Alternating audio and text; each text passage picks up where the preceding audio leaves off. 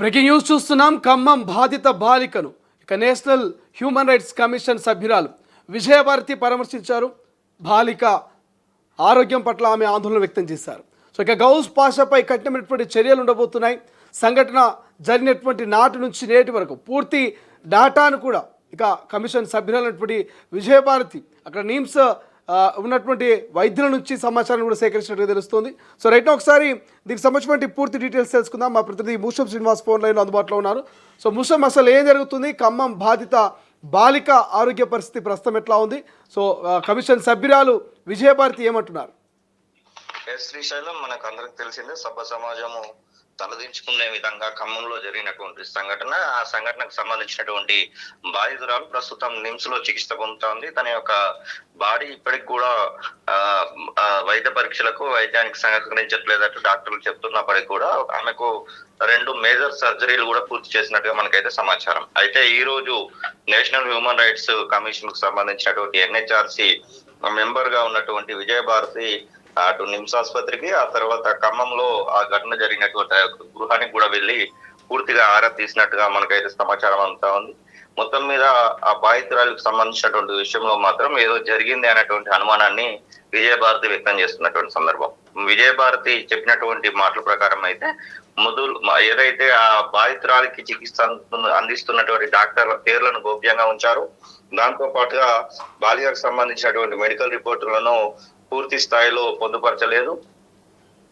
ఎట్లాంటి ట్రీట్మెంట్ అందించారనేటువంటి ఆ case sheet ను కూడా మార్పులు చేర్పులతోనే పొందుపరచడం జరిగింది. ఇవన్నీ కూడా పలు అనుమానాలకు తావిస్తున్నాయన్నటువంటి మాటను NHRC వ్యక్తం చేసినటువంటి సందర్భాన్ని అయితే మనం చూస్తా ఉన్నాం. మొత్తం మీద అటు నిమ్స్ కి పూర్తి డీటెయిల్స్ కావాలి అనేటువంటి ఆ సమాచారానికి సంబంధించినటువంటి ఇన్ఫర్మేషన్ కావాలని NHRC డిమాండ్ చేసినటువంటి సందర్భం. మరొక వైపు ఆ యొక్క గౌస్ పాసకి సంబంధించినటువంటి ఆ యొక్క ఇంటి వద్ద కూడా NHRC వెళ్ళింది. అసలు ఏం జరిగింది, ఏంటి, ఏ ప్రాంతంలో జరిగింది, ఎలా జరిగింది అనేటువంటి ఆ యొక్క మొత్తం సమాచారాన్ని కూడా ఆరా తీసి NHRC అయితే నోట్ చేస్తున్నటువంటి పరిస్థితి. మొత్తం మీద అటు 2 రోజుల పాటు నిమ్స్ కు తీసుకురావడానికి సమయం ఎందుకు పట్టింది అనేటువంటి అంశాన్ని కూడా కీలకంగా పరిగణలోకి తీసుకున్నటువంటి NHRC దానికి సంబంధించినటువంటి విషయంలో కూడా ఆరా తీసినట్టుగా తెలుస్తా ఉంది. మొత్తం మీద ఈ యొక్క అంశం మాత్రము చాలా సీరియస్ గా పరిగణలోకి తీసుకున్నటువంటి సందర్భాన్ని అయితే మనం చూస్తా ఉన్నాం శ్రీశైలం. మరి అటు పోలీస్ శాఖకు సంబంధించినటువంటి విషయంలో కూడా డీటెయిల్స్ అడిగేటువంటి ప్రయత్నంలో NHRC ఉన్నట్టుగా మనకైతే సమాచారం అంతా ఉంది. ఇటు ఆసుపత్రి వర్గాలను, మరొక వైపు అటు గౌస్ పాషా ఇంటి వద్ద ఉన్నటువంటి ఆ యొక్క ఇంటి పరిసరాలను, దాంతో పాటుగా పోలీసు వాళ్ళని కూడా పూర్తిగా డీటెయిల్స్ అడిగేటువంటి పనిలో NHRC నిమగ్నమైనట్టుగా తెలుస్తా ఉంది. మొత్తానికి అటు BRS పార్టీ అయినా, ఇటు BJP పార్టీ అయినా, అటు కాంగ్రెస్ పార్టీ అయినా, ఎవరైనా కానివ్వండి, ఆ నిందితునికి ఎవరైతే గౌస్ పాషా ఉన్నాడో గౌస్ పాషాకి సరైనటువంటి శిక్ష పడాల్సిందే, అప్పుడే కరెక్ట్ అనేటువంటి మాటను ఆ అమ్మాయి తల్లిదండ్రులతో సహా అందరూ అదే కోరుకుంటా ఉన్నారు. ఆ అమ్మాయికి చాలా వరకు ఆ పరామర్శలను మనం చూసాము. ఏది ఏమైనప్పటికీ కూడా ఇది జరగాల్సినటువంటి సంఘటన కాదు.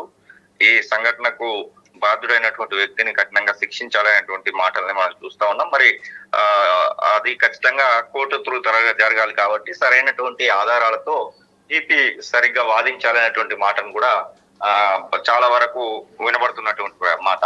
మరి ఇంకా పాప మాత్రం ఖచ్చితంగా తను నడవడానికి అవకాశమే లేదనే విధంగా తన యొక్క స్పైనల్ గార్డ్ కానివ్వండి, 2 చేతులు కానివ్వండి విరిగిపోయినటువంటి సందర్భం అయితే అందరినీ కూడా ఇబ్బంది పడుతున్నటువంటి సిచ్యువేషన్ మనకైతే తెలియజేస్తా ఉంది.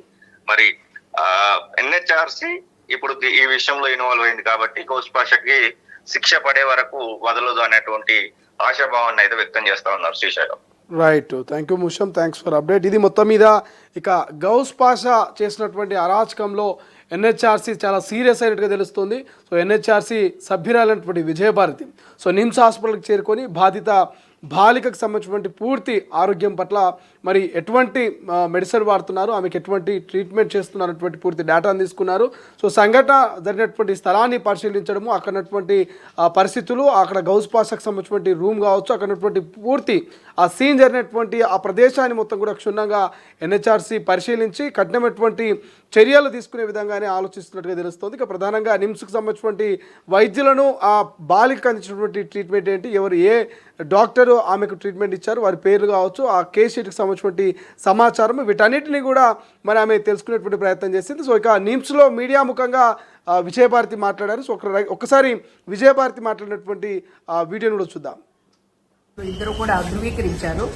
సో ఆ అమ్మాయికి జీవిత సమస్య అనే విషయాలు వచ్చేసరికి మాత్రము రాబోయే రోజులు ఎలా ఉంటుందో ఏమో అని చెప్పేసి తల్లి ఒకవైపు ఏడుస్తుంది, పాప భయకంపితురాలుగా ఉంది. ఈ రోజు కూడా పాప చాలా భయంగానే ఉంది.